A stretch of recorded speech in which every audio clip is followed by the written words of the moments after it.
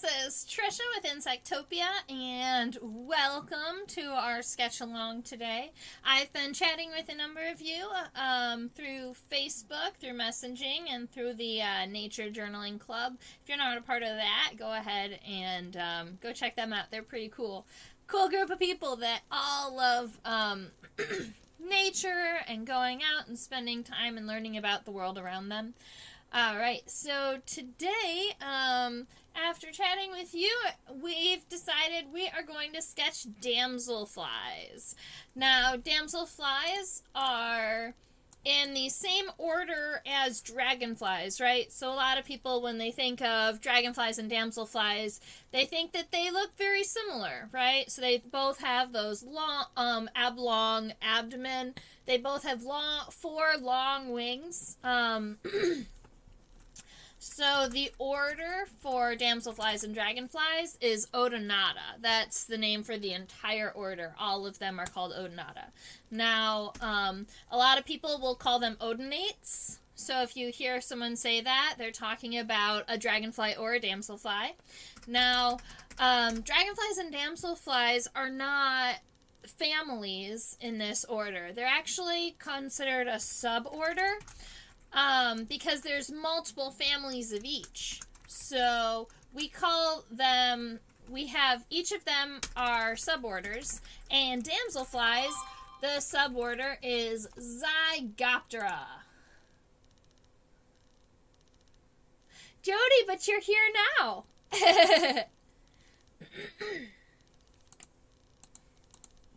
So, zygopterans are what we call all of the damselflies out there. This damselfly in particular is a Jewelwing damselfly. That's the one that we are looking at right now.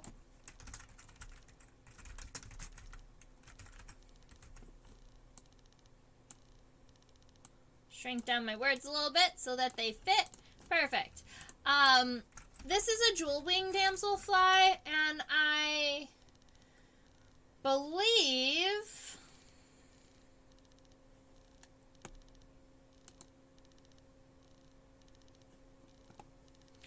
Calopteryx maculata would likely be its name.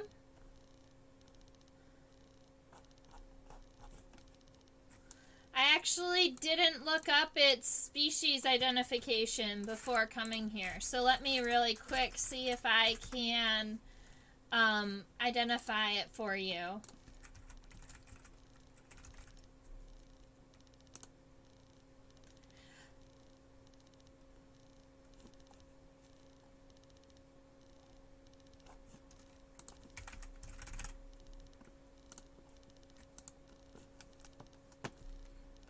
Yeah, so this is going to be the Ebony Jewelwing. It was collected in Michigan, and there are only two common species of jewelwings in Michigan. And this one has dark wings, completely dark wings, whereas the other species, the river jewelwing, has black wings on the tips. So thanks for waiting for me while we look that up really quick. So I'm going to go ahead and give us our name up here. So we are looking at the common name of this individual is the Ebony Jewelwing.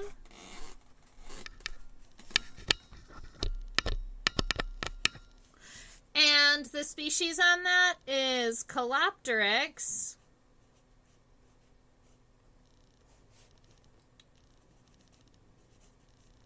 maculata.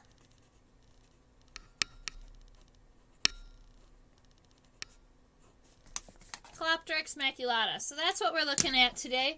I wrote it in pencil so that it appears a little darker, so hopefully you guys are alright reading that.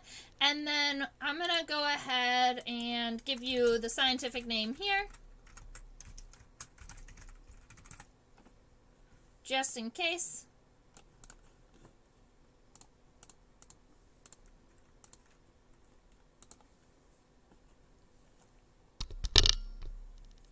Alright, so that's what we're looking at. We're looking at this Ebony Jewelwing. This is a beautiful, absolutely gorgeous damselfly. Why don't we turn off this and look and check it out? Oh, and something that I changed up today, you guys are going to have to let me know. Do you like having an arrow versus having a red dot? Because I've been using a red dot kind of like an imaginary pointer, like an imaginary laser, but I recently thought it could be cool to be able to move an arrow around. I won't be able to turn it and rotate it, but I'll be able to move it all over the place. So you gotta let me know if you guys like or dislike the arrow. All right, so this damselfly is absolutely gorgeous. You can see that it has this nice, really gorgeous metallic green and blue colorations. We've definitely talked about this in the past, which is what we're looking at here. When you've got an insect that looks metallic like this, a lot of times it's not a lot of times this color is what we call a structural color, meaning if we zoomed in far enough to the exoskeleton, we could actually see small crystal-like patterns that create this color. So it's not actually a pigment in the exoskeleton that's reflecting these colors. It's actually the shape of the exoskeleton and how it has little crystals all over it that will reflect the light back and forth, and the color that you're seeing is the color that bounces out. Hey, Chaos! Nice to see you on a Sunday! And so that's what we're looking at there, is that those this metallic color is not caused by a pigment, but by a crystalline structure on the outside of the exoskeleton. That's also what creates the metallic color, or this color that looks green in some lights and blue in other lights, because depending on the angle at which you're looking at the damselfly, it will change the color because you're changing the angle that you're looking at it from the reflection of the reflection of the light. It gets really interesting. But that's how this metallic color works. The good news for me as a collector is that metallic color will stay metallic for the entire life of the specimen. Right? Over time, the metallic coloration on Jewelwings does not fade. So I don't have to worry about it getting dull over time. Whereas my dragonflies, they a lot of times are going to have a pigmented color, so a lot of dragonflies will actually fade over time. Yes, we are sketching a damselfly.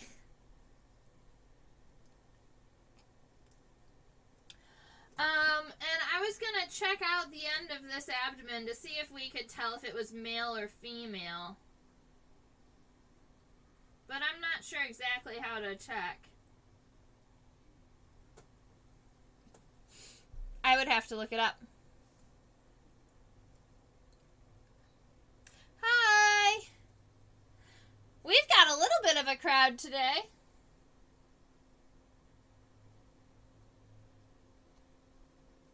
So one thing about dragonflies and damselflies, a lot of times I have chosen not to sketch them because their characteristics don't hold up super well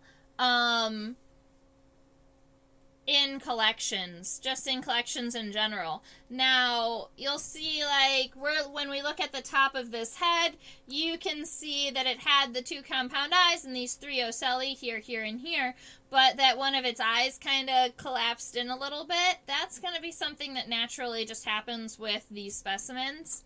In a lot of museums or larger collections of dragonflies and damselflies, they won't even be on pins.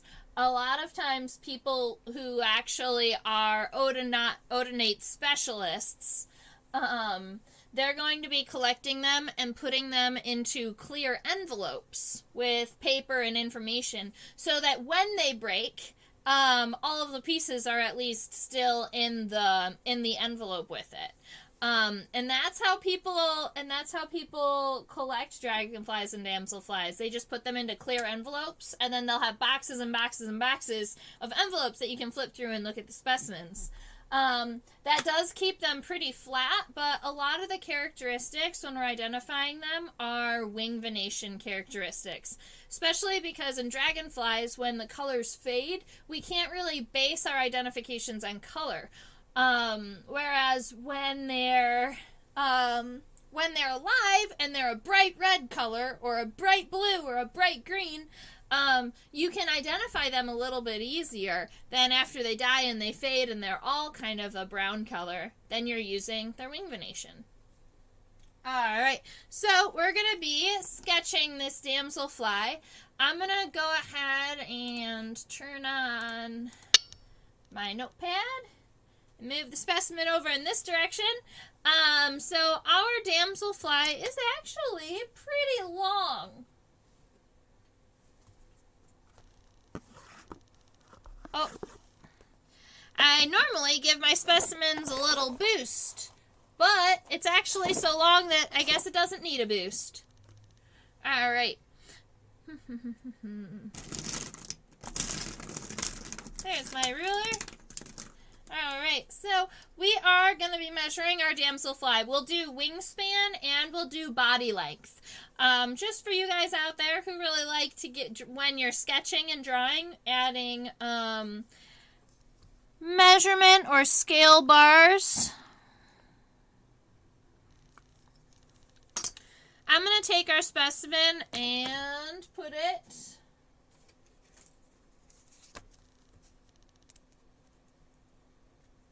on a piece of styrofoam so that I can get the ruler set up right.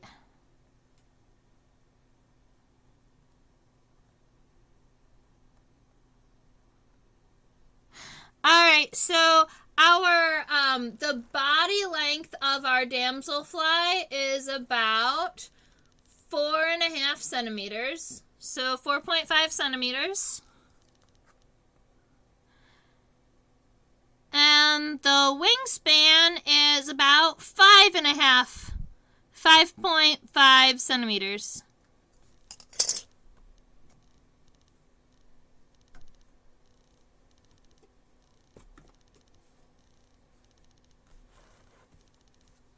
All right. Now, when I sketch the overall body of my damselfly, keep in mind that we just measured, and the wingspan is about 1 centimeter longer than the body length. Yeah, so the wingspan is actually longer than the body length. So make sure that that is obvious in your sketch. For me to make sure that that happens, I think I'm going to actually sketch the wings first and then base the body length off of that. Because a lot of times when I sketch the body, I kind of make it too big for the wings. Male damselflies have a bulge in the second segment of the abdomen.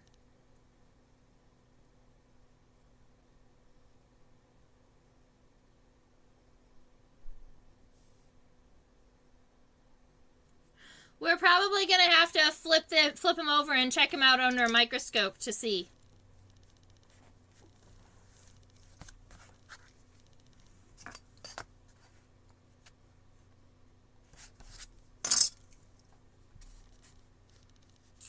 Alright, so I'm just going to go ahead and give myself a really quick sketch so that I have somewhere to start with. Kind of a flat pancake-shaped head. Right? And that's even going to be too big.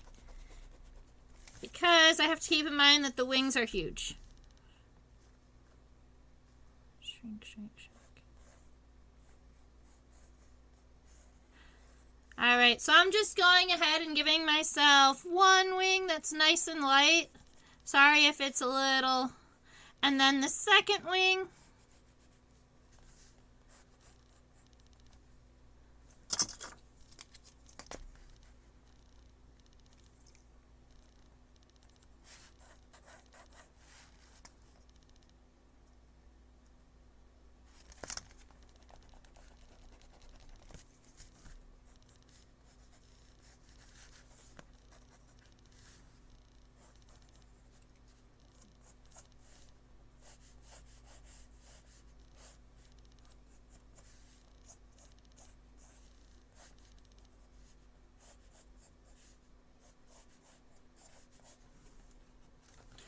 So what I'm trying to do is make sure that my wings are even, and I'm just trying to get kind of a basic outline taken care of, and then once I get that done, I'm going to go back and give myself more solid lines. But I'm trying to come up with a size that's going to work for both the length of the body and the length of the wings. So that's why you can see that I've got these kind of light scratchy marks. But I'm going to come back and figure them out. I promise.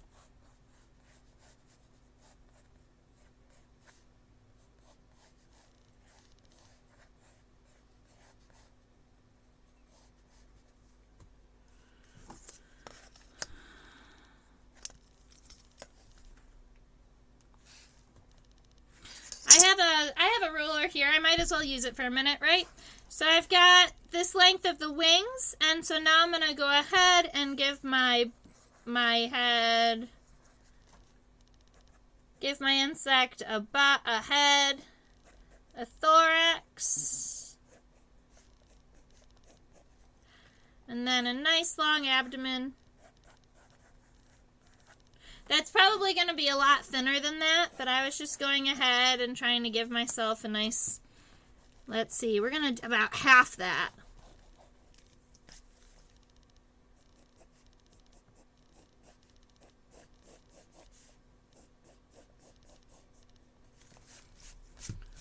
Better.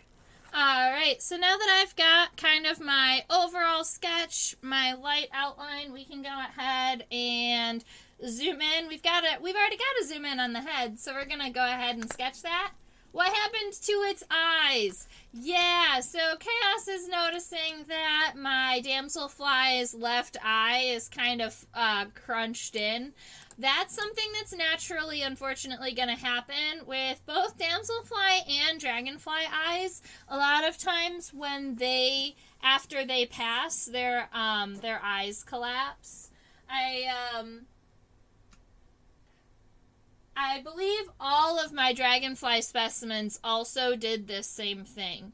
So I'm not exactly sure why Dragonfly and Damselfly eyes collapse, but they're both well known for kind of being really fragile and breaking all the time, especially their head's connection to the thorax right here.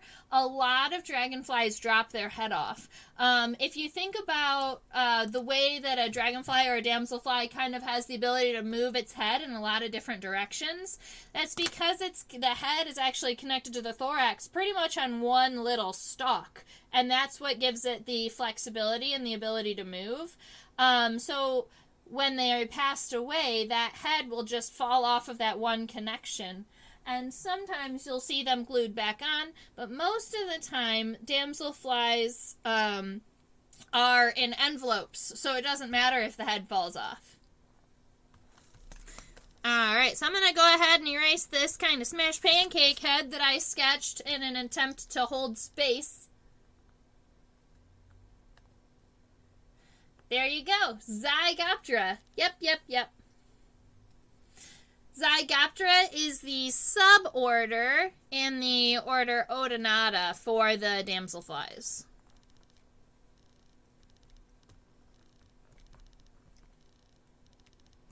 And this Damselfly is in the genus Calopteryx, which is in the family Calopterigidae, if you were curious.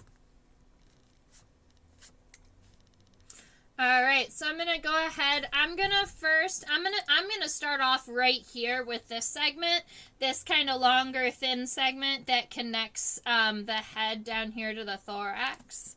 I'm not sure what you would call this segment right here.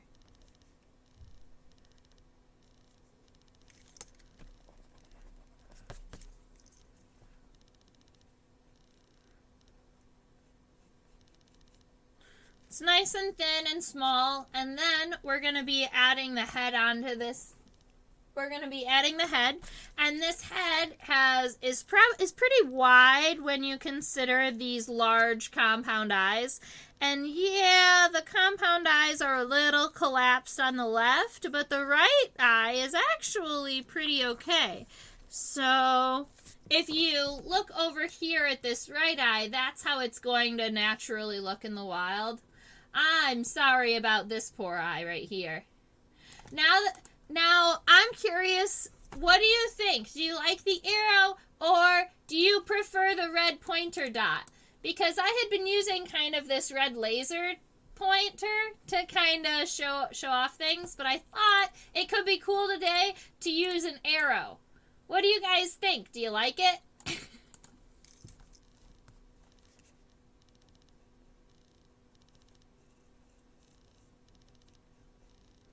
All right, I've got these large, they're pretty far apart from another, these larger compound eyes of my damselfly. Now the head comes up a little bit, but there is this suture right here that ends the head from where the mouth parts are going to start.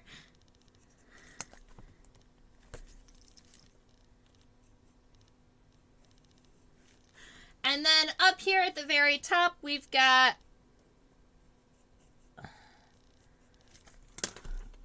this segment right here. That's this kind of wide pyramid shape.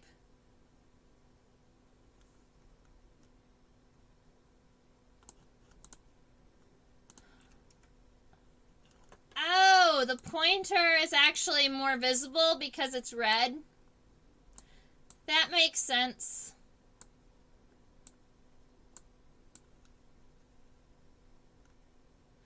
My nice friend, the red dot. I made my pyramid shape kind of too pointed. I want to make sure that it stays nice and flat and wider than it is tall, so that's probably going to be more realistic to our damselfly. And then I'm going to come back in and finalize this neck a little bit. Now, between our two big compound eyes, we do have three little ocelli, three little simple eyes. They come in this little triangle formation, and that's common in insects. When you have ocelli, you've got three of them. And you can spell ocelli like this. That's the plural version, and a lot of times when we're talking about ocelli, there are more than one, and so we pretty much always use ocelli. But if you were talking about an individual, it would be called the ocellus. I'm going to go ahead and zoom in a little bit and see if... Yeah, that's what I thought.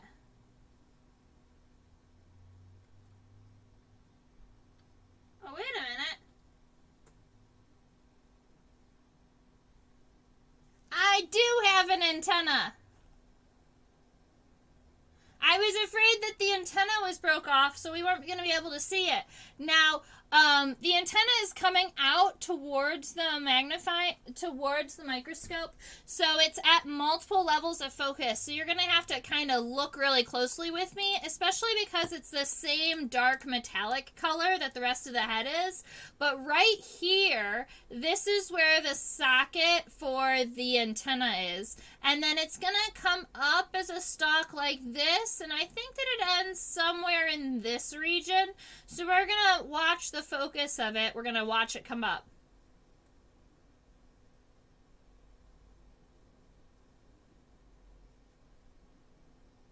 Right there.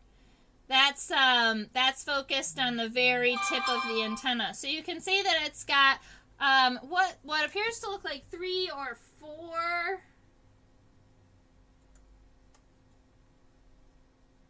1, 2, 3. Yeah, about 3 antennal segments. And it's nice and short.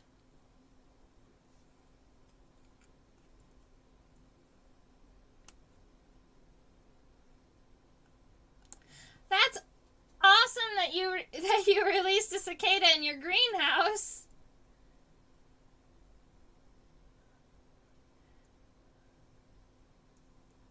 Why would you release a cicada in your greenhouse?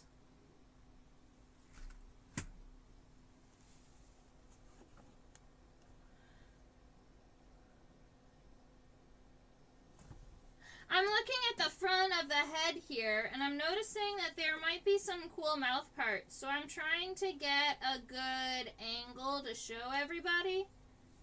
Because I have looked at this damselfly a couple times this week, but I haven't looked at him head on.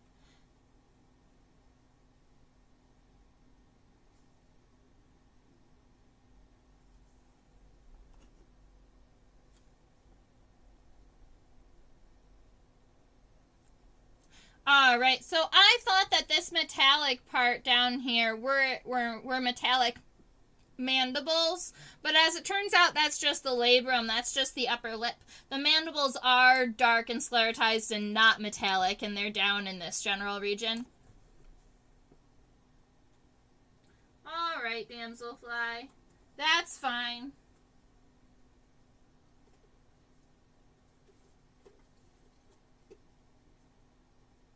Alright, so we got the head taken care of. There's, between the head and the ocelli, were a couple of characters to check out there.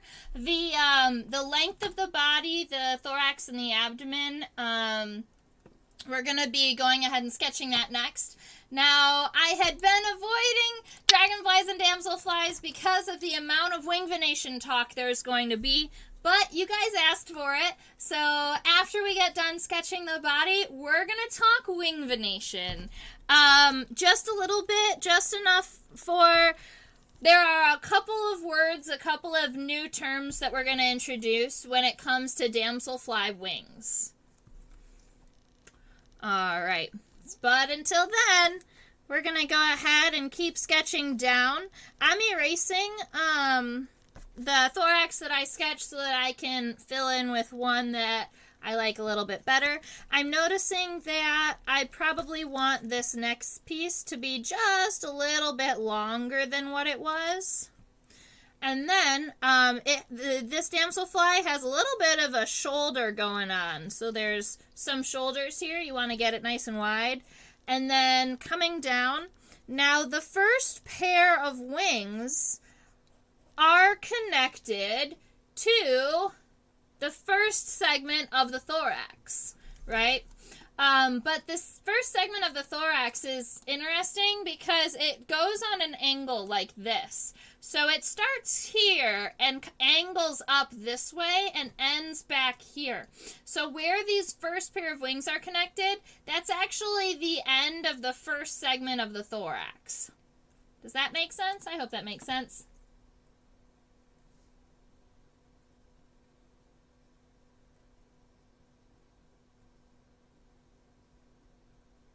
Yeah, exactly. My odonates, yeah, I actually forgot to go ahead and sketch those. So those antennae, thank you for reminding me, we're right here on the inside of those eyes.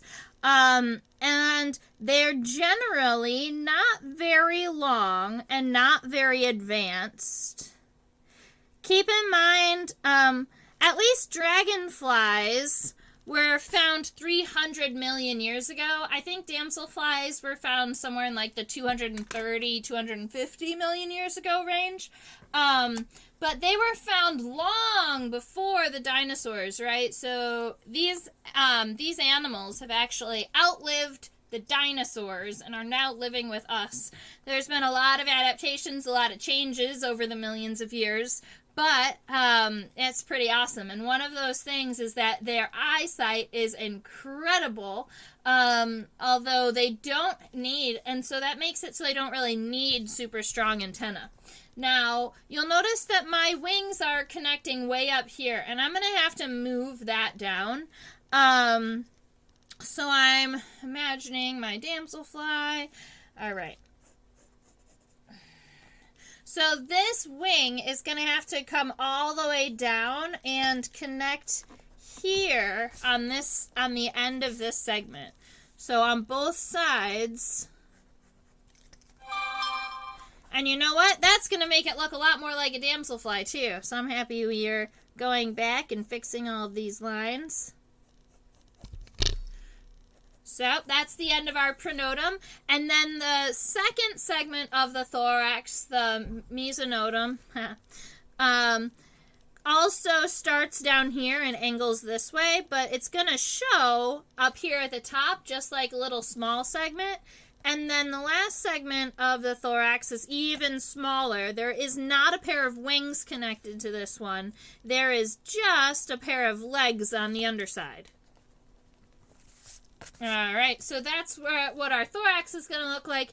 We do have a couple of ridges on our exoskeleton. If we wanted to give it a little bit of depth, we could go ahead and give it some of these ridges that make them look like it's coming up in this direction. So this central ridge and then two that are coming up. 3 ant farms. Do those ant farms have queens, or are they just a series of worker ants? Because I've heard that a lot of ant farms that, like, kids get, they're just purchasing the workers and watching them work and then having to repurchase workers every time. I have a carpenter ant colony upstairs that I'm really excited about. It has its whole next generation coming out. I probably have about 20 ants now. So I'm pretty excited about that. And they're feeding on dead mealworms and honey. And I gave them some oats, and they ate those. So just trying different things. It's been kind of fun to see what they'd eat. All right, so I'm going ahead and I'm counting abdominal segments.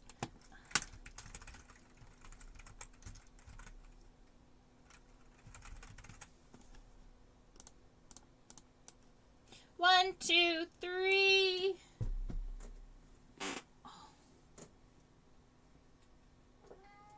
4, 5, 6, 7, 8, 9. But the last couple of segments are super, super, super short. So, I'm going to go ahead and sketch and move my damselfly as I'm sketching. But I guess we'll start right about here.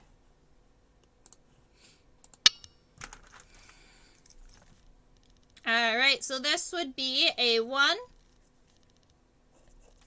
Not the sauce, but the first segment of the abdomen. A2 is straight, I promise you that. It's just that my specimen got a crinkled abdomen right there. So you can go ahead and make your segment nice and straight. 2.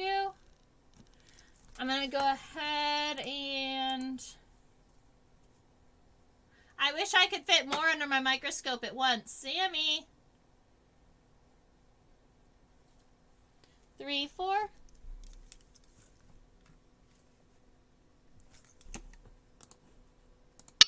Sammy, you're not allowed over there. My cat, she's trying to disrupt the live stream.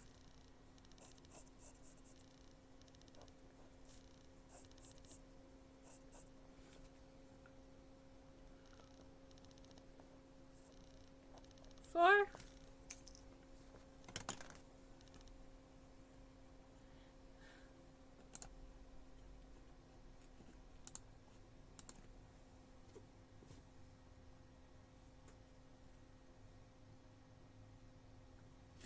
All right, so it looks like segments of the abdomen 5 and 6 are sub-equal to 3 and 4, meaning they're about the same length. So you can go ahead and make 5 and 6 about the same length as you made 3 and 4. So 1, 2, 3, 4, 5, 6. And then they actually are going to start shrinking after 6. So we've got 3 more segments to sketch, and those are 7, 8, and then this little one, 9.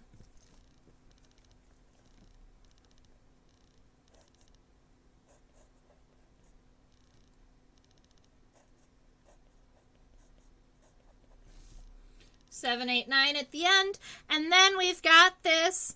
I would almost guess that this is male because those to me look like graspers. And I know that damselflies do have like graspers at the end of their abdomen to hold on to the ladies. But I do think Chaos had mentioned that the second abdominal segment should be enlarged on the bottom side. So we can go ahead and look at that and see if our damselfly has that characteristic. Well, Why not just do it right now?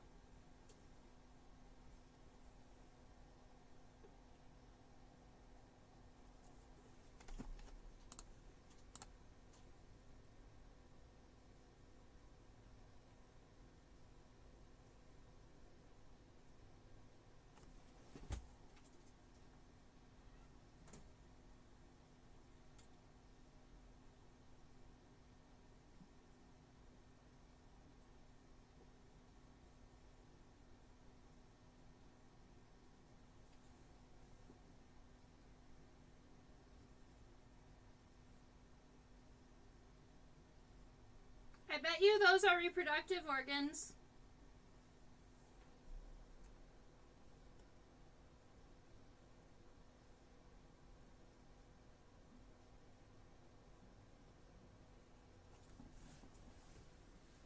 I have a Dragonflies and Damselflies of the East book. And I wonder if there is an anatomical picture of males and females, because I bet that right there is going to give us the identification whether it's male or female. And I know that a lot of times you have to know if it's male or female to identify it if you're basing it off of color.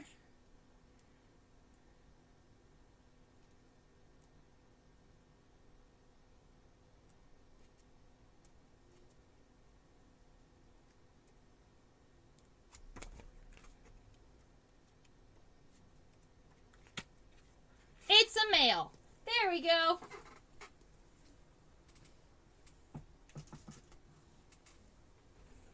Thank you, Chaos.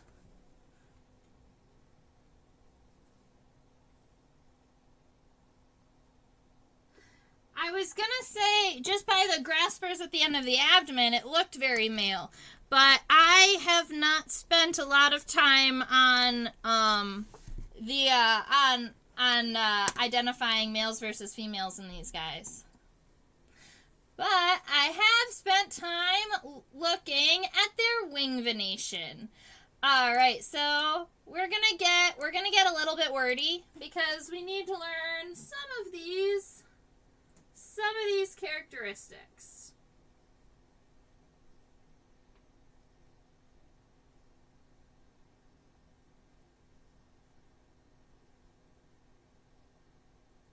Alright, so I'm going to get it as far zoomed out as I can, focus in on some of these veins. Maybe I'm going to zoom in about there. Yeah, alrighty. So, we are looking at a damselfly in the family Calopterigidae. It's spelled very similar to the beginning of Calopteryx, except once you get to the Y, it is Gidae, Calopterigidae. Now, all of the damselflies in this family have what they call 10 antenodal crossveins. Now, words you need to know. Well, the notice.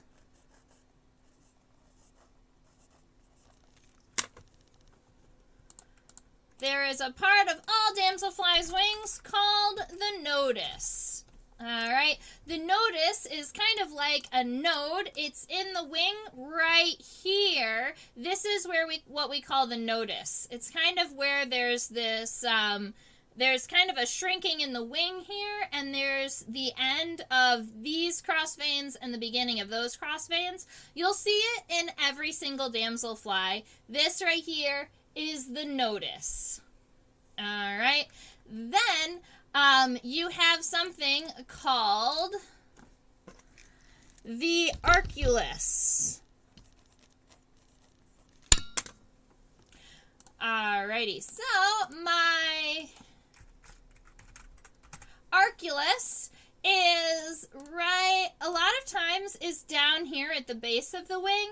It's right here, not with these cross veins, but kind of the next section down. There are 3 or 4 different veins that come off of right here, and that's why we call right here the Oculus, or kind of like the center. So that is our Oculus. Over here is the nodus. Now, in Calopterigids, in this family, they say that there are 10 antenodal crossveins. Now, or more. Imagine that it says or more. I don't have enough space.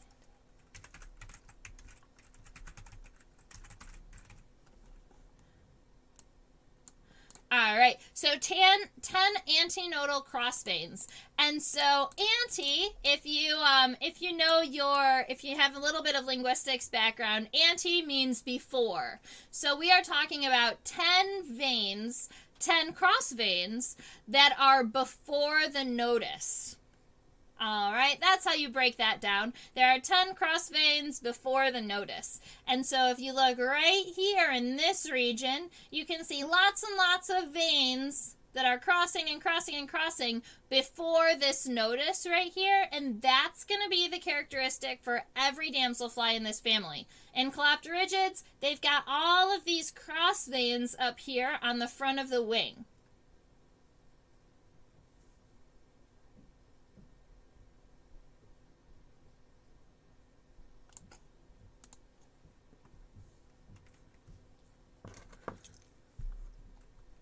So Chaos asked about ancient griffin flies.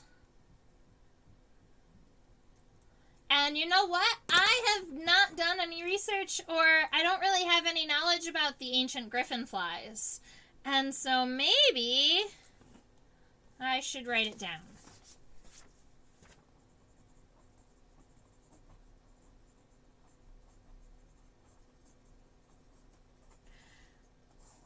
I don't know anything about the ancient griffin flies, admittedly. Are they closely related to dragon and damselflies?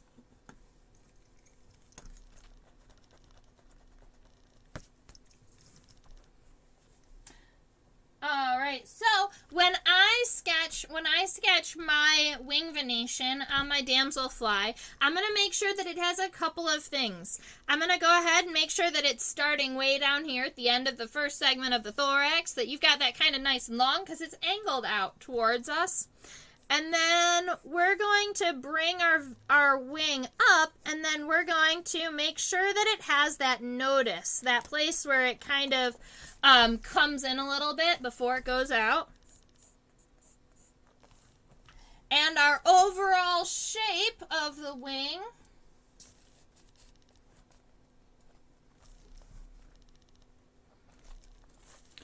got the nodus, and then it comes up.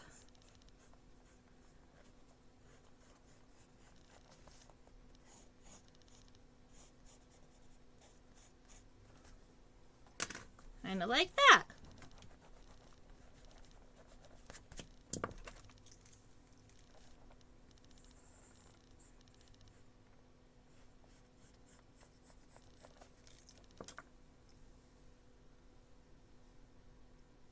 They're more similar to dragonflies than damselflies. And you say that they've got long antennae. That's interesting.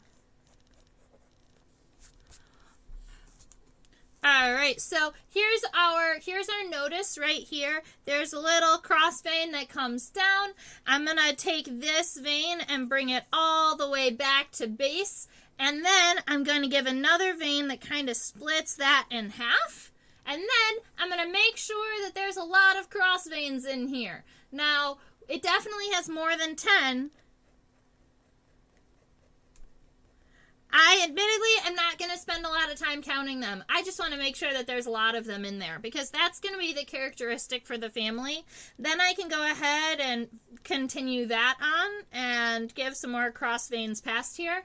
Now, keep in mind that as we're going ahead and throwing this wing venation in here, the wing venation moves from the center of the body out this way, and then there are many, many, many cross veins. So as long as you've got a texture that kind of feels like that. I don't think that anybody is going to be looking really closely at your damselfly wings.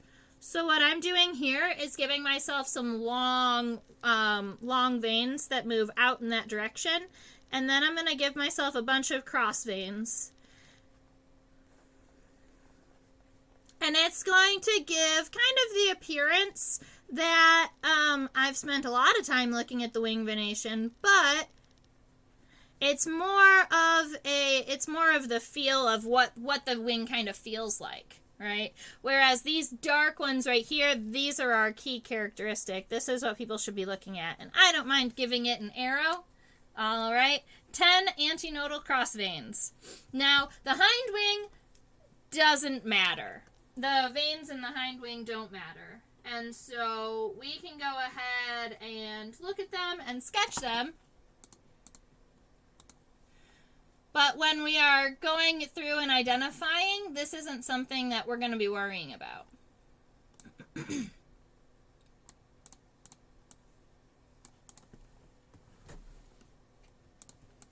Alright, so I'm going to leave that there. I'm going to pull my wing back in this direction, and we're just going to make sure that we get this wing sketched out. Now, our damselfly's hind wing is connected to this middle segment, so when we're sketching, you want to make sure that you get it connected to this next segment. That's also going to give you this little bit of space, this little bit of gap between the front wing and the hind wing. Pull it all the way out to the end. The hind wing also kind of has a notice, and so if you want to make sure that you've got that little bit of an indentation,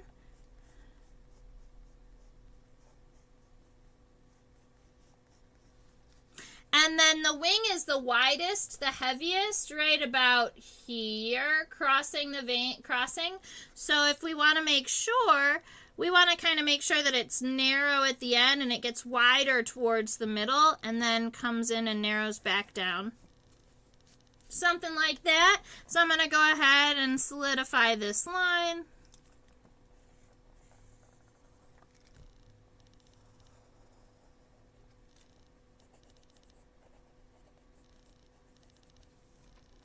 Perfect.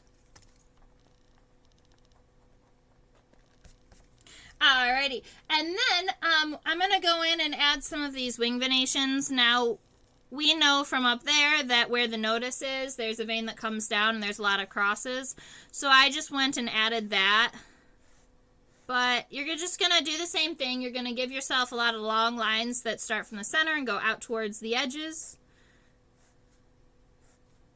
And then you're going to give many cross veins to give the appearance, or the texture, at least, of a damselfly wing.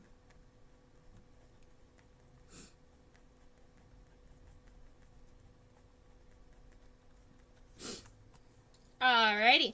Now, do I want to sketch the other side?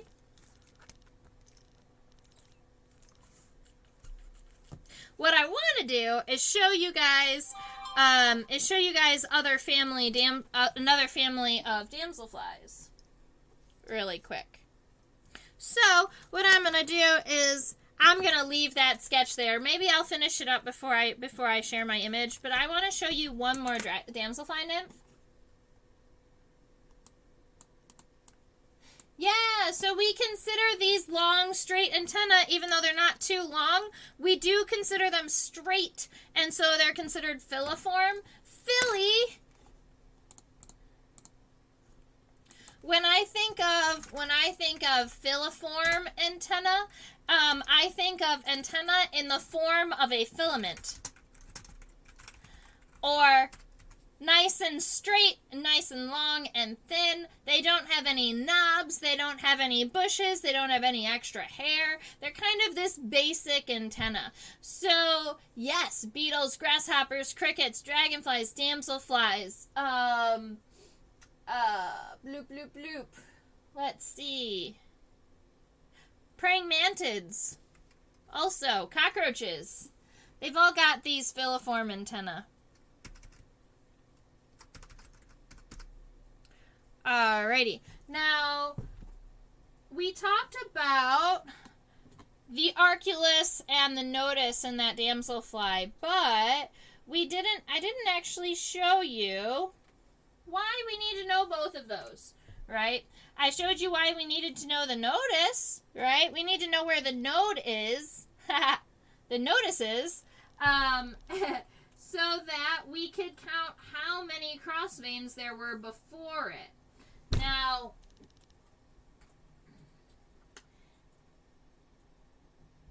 sometimes I'm going to need the other side of this Damselfly.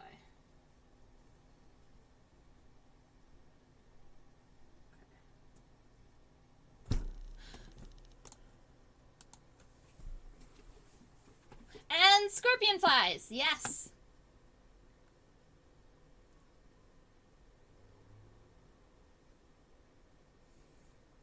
All right, so this is the wing venation on a different species. This is actually a completely different family of damselfly. All right, so when we're looking at this, we need to identify three things. We need to identify where the Oculus is. We need to know where the notice is. And then we need to know where this thing called the M3 vein starts. All right, so we need to find the M3 vein. Now, all of these things, I'm going to go ahead and give us...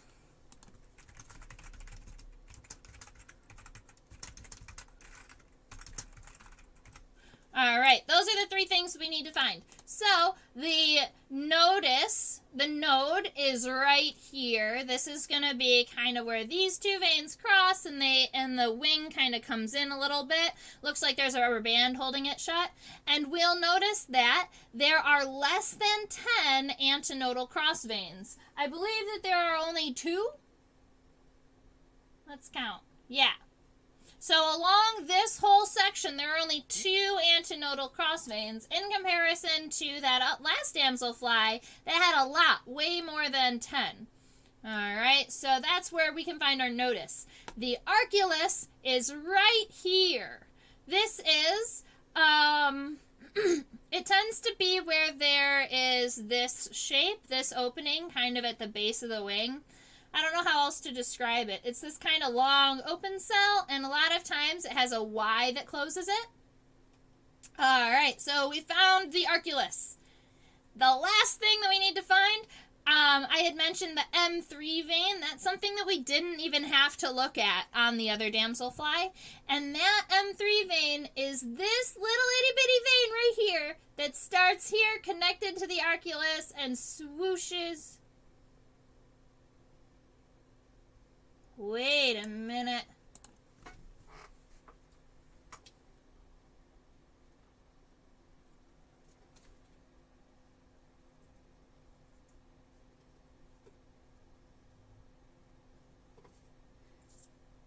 Give me a moment. I want to check something out before I tell you guys that, because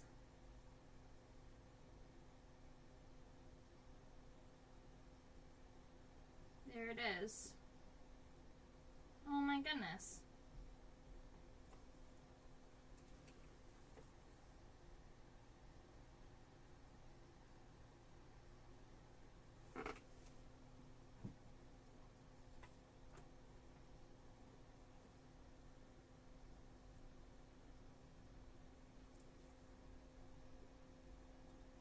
Yep.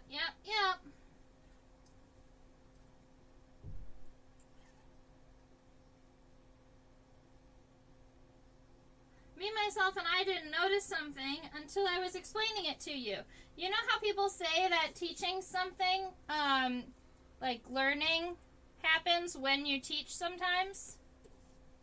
Check this out. Alright, so I was about to tell you the wrong M3 vein. It's this one right here, isn't it? Yes, it is. Look at that.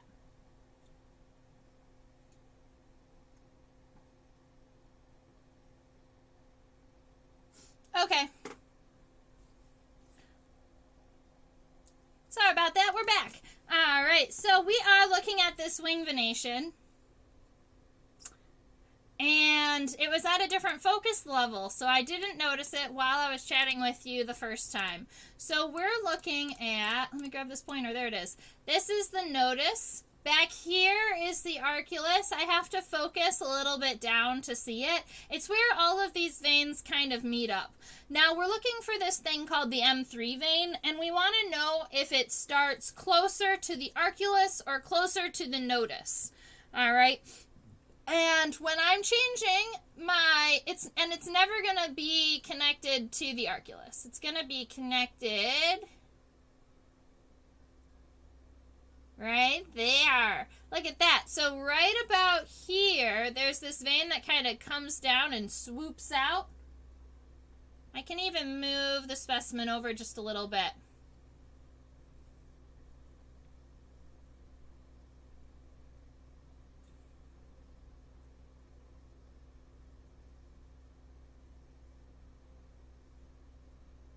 All right, since damselfly wings are membranous and they've got many, many, many cells, sometimes it gets difficult to just focus on one wing because you are seeing the venation of multiple wings stacked on top of each other because they're see-through. But if you're looking at the notice here and you look right here at this vein that kind of swoops down and moves out like that, that is the M3 vein that we were looking for. And this damselfly is what we call a synagrionity, because the M3 vein comes under our notice rather than closer to our Oculus. So that's a thing. So there's 3 different families, big families of damselflies.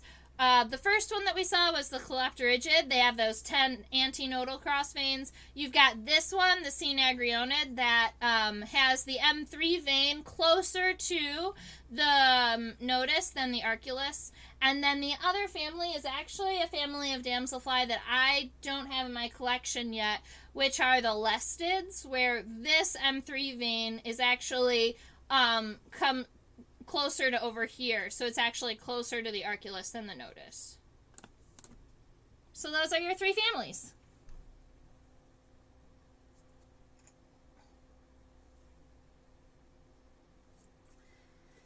Now,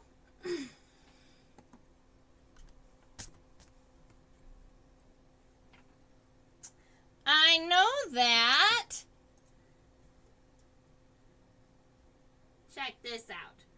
I know that some of us really love aquatic insects. At least I really love aquatic insects. And this right here is a baby damselfly. I'm going to get it in focus really quick. There we go. My baby damselfly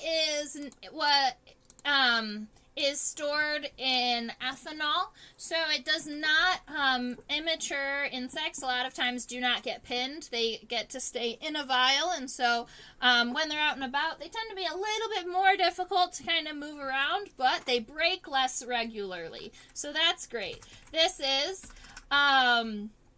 Damselfly Nymph is actually a synagrionity, kind of like the damselfly that we were just looking at. Now, just like in the adults, the nymphs, there are 3 major families. Yes! It is a juvenile specimen. They're so cute. Alright. And when we're looking at this specimen, there are a couple of things that we're looking at. The first characteristic that we want to look for is we want to look at the antenna. We're looking at the antenna to see, does the first segment of the antenna really, really long? So in Calyptorigids, like that Jewelwing, when they're babies, the first segment of their antenna is half the length of their antenna. It looks like he's got almost a horn and then a couple of individual segments after that. If I was going to make a really quick sketch of what a Calyptorigid antenna looked like, it would look kind of like if you had the head, the end of the head.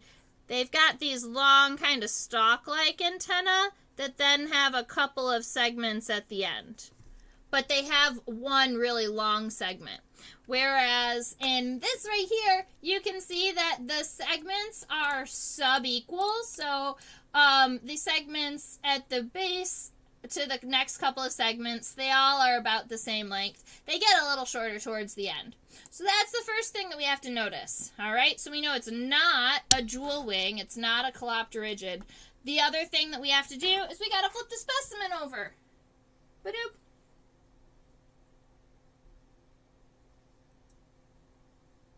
And we have to look at the labium, or the bottom jaw. Hi, friend. All right. If you have not looked up how odonate immatures eat, you definitely should. There are videos out there. Unfortunately, I have not posted one. I haven't been able to record a dragonfly or damselfly nymph eating yet. But they take their labium, their bottom jaw, that's kind of on a latch, and they have the ability to shoot the bottom jaw out, grab onto food, and pull it back to their face. So this bottom jaw right here, it starts here up at the front and it moves all the way back here, and that's kind of the joint. And then there's another segment that goes from here all the way to the base of their mouth. And they have the ability to expand that out and bring it on back. Now, in this family, in Synagrionidea, this is the shape of this bottom lip. It's kind of nice and wide, and it stays pretty much underneath the head. In the other family, in the Lestids, I don't have an immature or an adult specimen of them. I guess they're a little bit more rare. Maybe I just haven't collected them. Their bottom jaw looks more like, I always thought it looked like a wooden stir spoon. If you've ever seen one of those nice long wooden spoons, that's how the bottom jaw looks like in the other family. So if I was to sketch that, if you were looking at the bottom of the head of a Lestid, their bottom jaw has a little loop on the top, but then the base of the mouth part actually continues on past the head, and it kind of continues in between their legs. And this whole section has the ability to push forward, and the mouth part pushes forward, and it can shoot it out and grab it.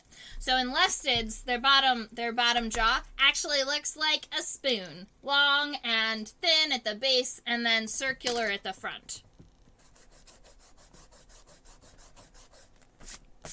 All right. I figured we could sketch the Damselfly Nymph and look a little bit at its characteristics as we go. I was thinking from the top,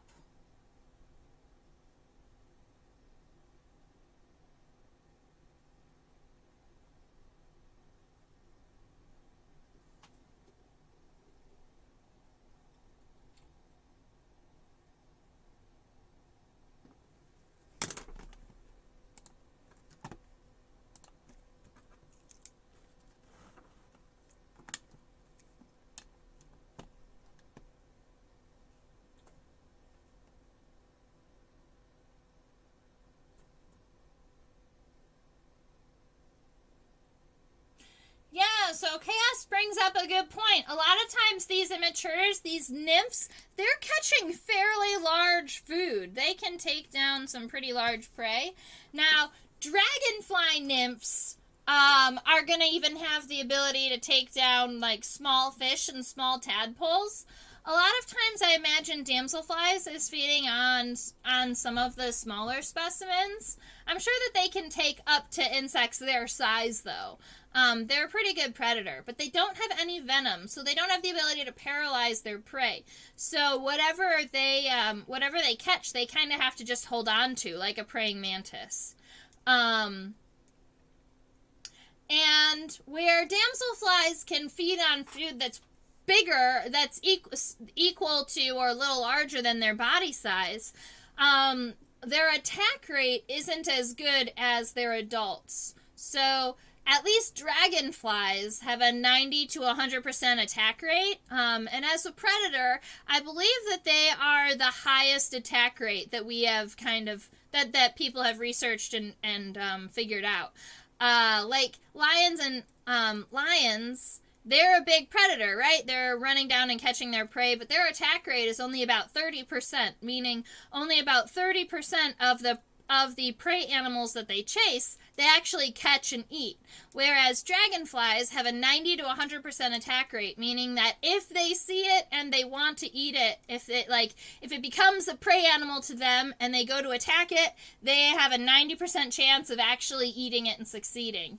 And that's pretty cool. It has to do with the fact that they can fly 100 body lengths a second, that they have really great depth perception with their eyes, and you know, they have long hairs on their arms so that they can have like a little net that they can catch things in, which is kind of fun.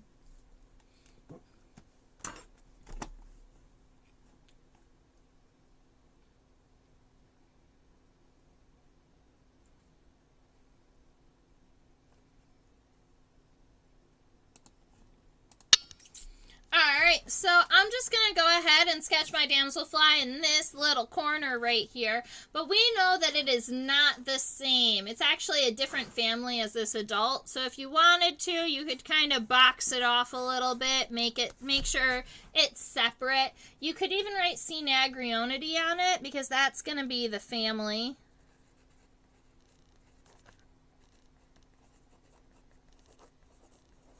I'm not sure what the common name for that is. Let me go ahead and look it up for you. They call them the narrow-winged damselflies.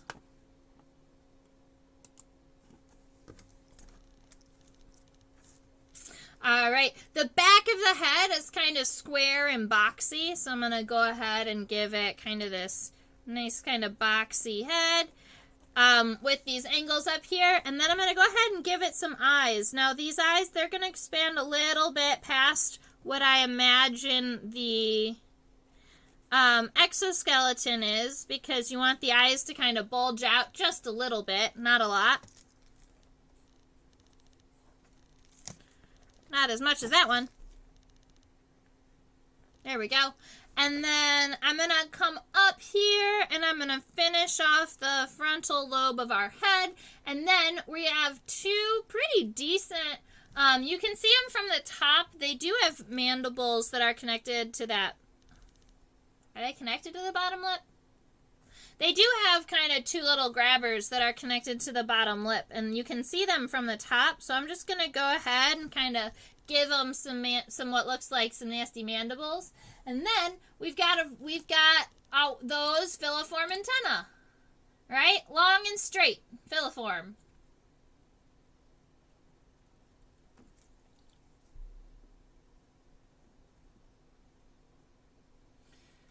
So when you're looking at specimens in an aquatic situation, sometimes you get glares. But it looks like there are 1, 2, 3, 4, 5, approximately 6 antennal segments.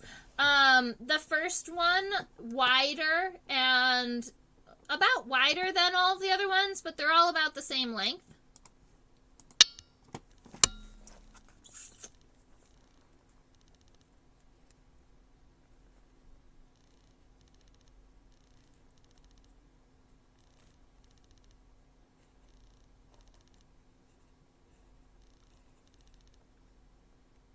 I'm going to make my antenna go through the words. That's fine.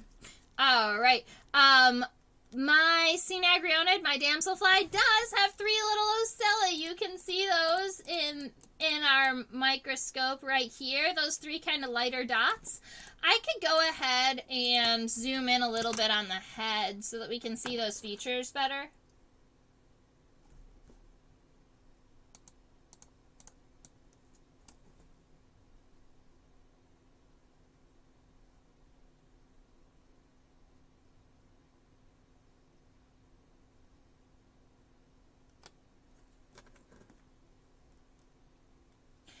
I don't know if those lighter spots are ocelli or if they are just ocelli developing. Because the adult has ocelli, it has those 3 simple eyes, but those to me, just by looking at it, I haven't read anything about them, but those to me look more like spots that don't have a visual attached to them. They don't seem to have like a lens. It's possible that what we're seeing is the are the ocelli developing underneath the exoskeleton. Because this is a final instar damselfly. When we scoot this specimen up and check out the thorax, we're going to notice that it does have wing buds.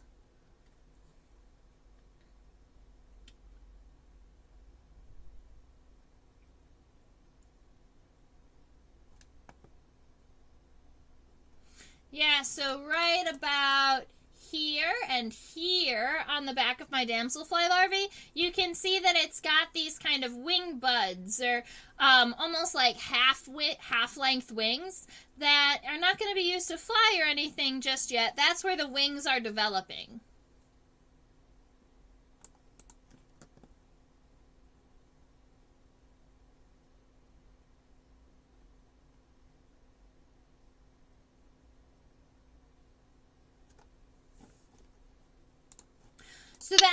So Chaos is talking about in the chat about the flight of damselflies in comparison to the flight of dragonflies. Damselflies, a lot of times when they fly, they kind of flutter. They flap really quickly, but they also will take their wings and they flap fully. So their wings have the ability to shut above their body, and so they fly like this. But then when they land, they close their wings completely when they land. And then they will have kind of mating dances where they will open and close their wings in different directions. Damselflies will also open and shut their wings very quickly before they take off. And some people have thought that that was kind of trying to scare a predator away, kind of like, I'm going to flap my wings aggressively a couple times before I fly away. Some people have also thought that it was more of a kind of beating their wings to warm up their muscles so that they could fly. But that's how kind of damselflies are going to fly. Whereas dragonflies, I've not heard that fact before, that they produce lift 2 times their body weight. That's really cool, Chaos. I hadn't heard that fact before, but I do know that dragonflies do not have the ability to close their wings above their body. All right? Dragonflies, when they emerge from their immature shell. So when a dragonfly nymph is emerging, its wings are going to be straight open for just a moment, and then they open up flat completely, kind of like this, right? So they're gonna fly. Let's see if I can get this right with the camera. Nope, the other way. Alright, so they fly, so then they open up their wings and they're flat. And dragonflies do not have the ability to close their wing above their body. So when dragonflies fly, they fly more like this, where they soar. Dragonflies actually kind of soar more like monarch butterflies and less like viceroy butterflies. So they don't have the ability to push their wings all the way open, so they're more doing this. And they have those huge wings that help with the push-off, that help with lift. But that's going to be actually one of the big differences. If I'm teaching students how to tell the difference between an adult dragonfly and an adult damselfly, I ask them to wait until the insect lands, because damselflies land with their wings closed and dragonflies land with their wings open. And that has to do with the muscles in their body. After they dry and their muscles in their thorax dry, the dragonflies don't have the muscles to push their wings all the way up like that anymore. Alright, so we've got a head. The next segment is the pronotum. It's like a little shield. It looks like this right here. So it kind of comes up and down, and it looks like it separates from the head just a little bit.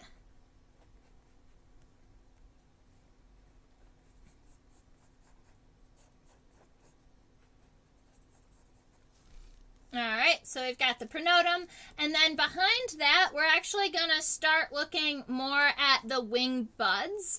So it's going to come down kind of like this, and then our wing buds are going to expand out, and that's because our first pair of wings are actually connected to that first segment of the thorax. So we want to make sure we've got those wing buds taken care of. We can go ahead and give it this second segment, and then at the end of this second segment we've got another pair of wings.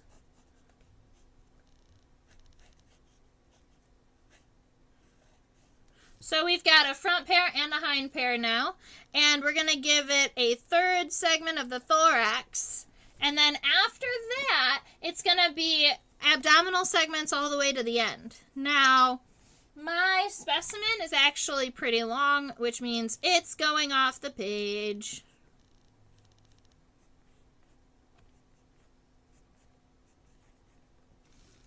But that's fine.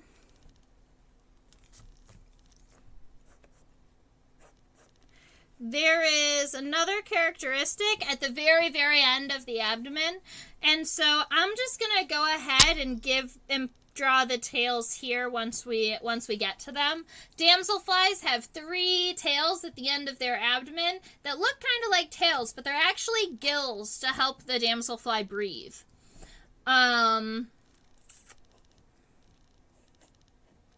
going to go ahead and give my damselfly some leg segments.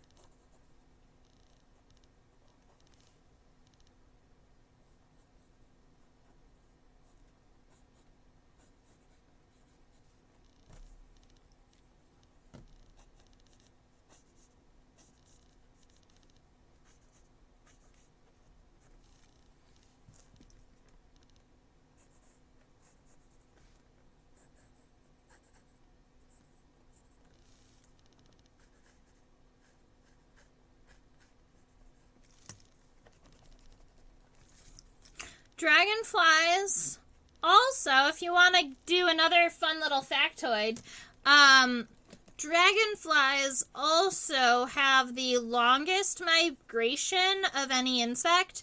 There's a dragonfly that migrates, I believe it migrates from India over the ocean from island to island in that area.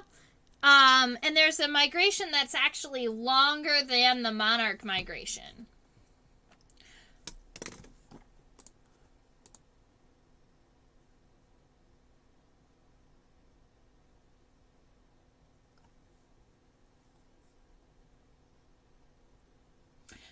Cass, I'm not sure what you mean by the damselfly slingshotting towards.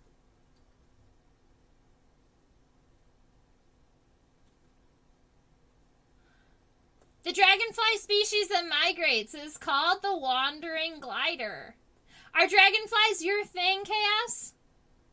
The global skimmer?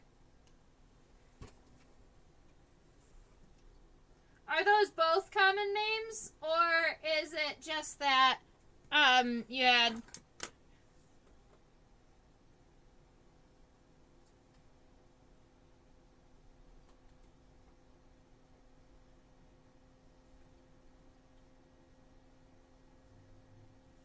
Alright, so this is what the tail looks like on my damselfly. A lot of times they are wide and flat like this, and they have kind of a median vein, it looks like. It kind of makes them look like leaves. Damselflies always have 3 of these tails, and that's why sometimes they are mixed up with a mayfly larva, because mayflies also have 3 tails. Except that damselflies are going to be using their tails or gills to breathe, whereas mayflies don't. That's awesome, Chaos. The dragonflies are your thing. Thank you for sharing all of your knowledge. Now, I know the dragonflies catch their prey flying in the air, right? Because they've got these long legs that also have internal hairs. So when they're swooping through the air, they can kind of be catching insects in their hair from their legs, kind of like a net. But you say damselfly slingshots towards their prey. And I'm not sure exactly what you mean by that. I've always imagined a damselfly kind of catching individual prey at a time, whereas a dragonfly can catch more than one, and I'm wondering if that's what you mean.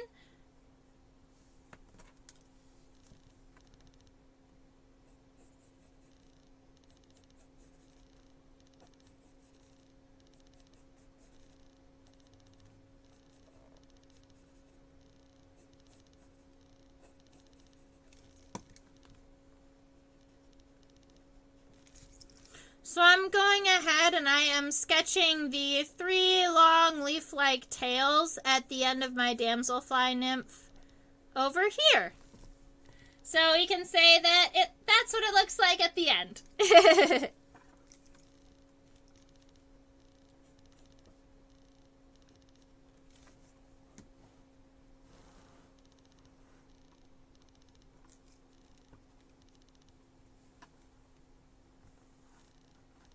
Alrighty, so, that was my Ebony Jewelwing Damselfly, along with this little Cinagreonid, my, what do we call them? The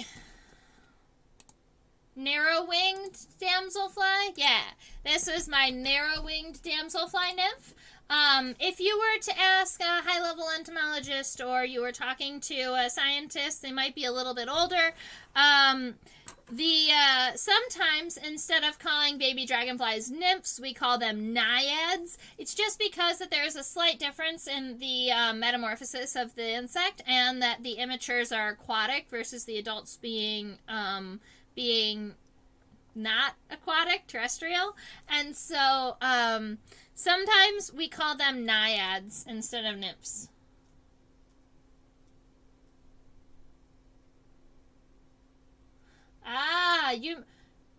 So what he means by slingshot is that they're hovering in a spot and then they accelerate towards their prey. That's cool. You know what? I've seen that behavior. And I never put it together that was kind of their attack method. So that's kind of cool. I like that. I was actually in New Orleans a couple months ago, and I was taking a walk in a natural reserve. I think they called it like Lafitte Natural Reserve. And I had stopped at this trail and I was watching these dragonflies, and it was really cool because I was able to watch this female dragonfly who was laying eggs in the water, and her male, the mate, a lot of times they hold on to the back of the neck of the female while she lays the eggs to kind of protect her and to make sure that she lays their eggs and not someone else's. But this male, instead of holding on to her the back of her neck, was kind of on a perch watching her. So she was going about doing her business, laying eggs in the water body, and he was just sitting on a perch watching her intently. And then anytime another dragonfly came into the area, he would like swoop towards them and scare them off and get into little like dragonfly fights in the air. And I thought that was the coolest thing. And I sat there and I watched dragonflies for like 10-15 minutes, and I watched her lay eggs, and I watched him chase other dudes off for a while. And it was a great time. I think I got some of it on video, but not enough to tell the whole story, you know. And if I'm going to share it, I want it to be kind of a complete story. So I haven't shared those videos just yet. But it was always, as always, it's fun to watch, you know, to experience it. Alrighty.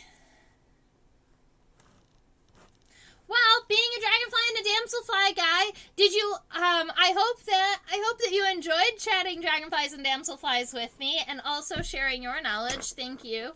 I hope you learned at least one new thing, about maybe the identification process if you're going through keys. I know that there are a lot of more like eyesight identification of the different families. Like, you can look at the wing shape. A lot of times people are going to look at the wing shape for family characteristics, but I much prefer wing venation because it's set in stone. You know, I can count 10 cross veins and say I know that it's a Calopterygid, or I can look at the M3 vein and I can say, wow, that is directly under the notice, so I know that it's a Cynagrionnid. All right. Okay, so I'm feeling pretty good about today's class on damselflies, so I'm going to go ahead and switch over to this slide. I want to say thank you guys so much for hanging out with me today. Chaos, it was nice chatting about dragonflies and damselflies with you. I hope that we have Jody and Debbie to come back and rewatch this in a little bit. Looks like people are enjoying themselves. Go outside. It is so warm and nice outside today. I went out and I took a hike and I took video of some cool buggies. I even got some video of some ladybugs mating, so that was kind of fun. So go outside and find bugs. They're out there and they're having a good time, and they are mating and starting the next generation and doing all the things they should be doing in springtime. So go out and find them. Watch them. Now, if you know a student who is 5 to 8, 9 to 12, 13 to 18, and wants to know more about bugs and wants to hang out with me, I have bug clubs happening over on OutSchool. You can look me up. My teacher named Trisha Nichols, and then you can find me on OutSchool. This is a reminder for you to subscribe here to my channel to get notifications and make sure that you get notified when I go live. There is definitely a possibility of me starting to go live at random times of the day, kind of surprise live times, for me to pin my insects, because we've been doing a lot of sketching and I have more specimens that I need to put into my collection, and I haven't pinned anything in a while. And so I was thinking it would be fun to pin live with you guys. So I'm hoping that that'll happen. And if you subscribe and click the notification bell, you'll be notified if I do that. Ha ha ha. All right. I play Guess That Bug on Facebook and on Instagram, where I post pictures of insects. I attempt to do it Monday, Wednesday, and Friday. I do skip random days. It's like a surprise day when I miss it. Whoops. And then over here, this is where you let me know that you're having a good time, that you learned something from my lesson today, that you, that you support me. And so this is where you can send a donation or shoot me a PayPal tip. You can buy me a coffee, $5.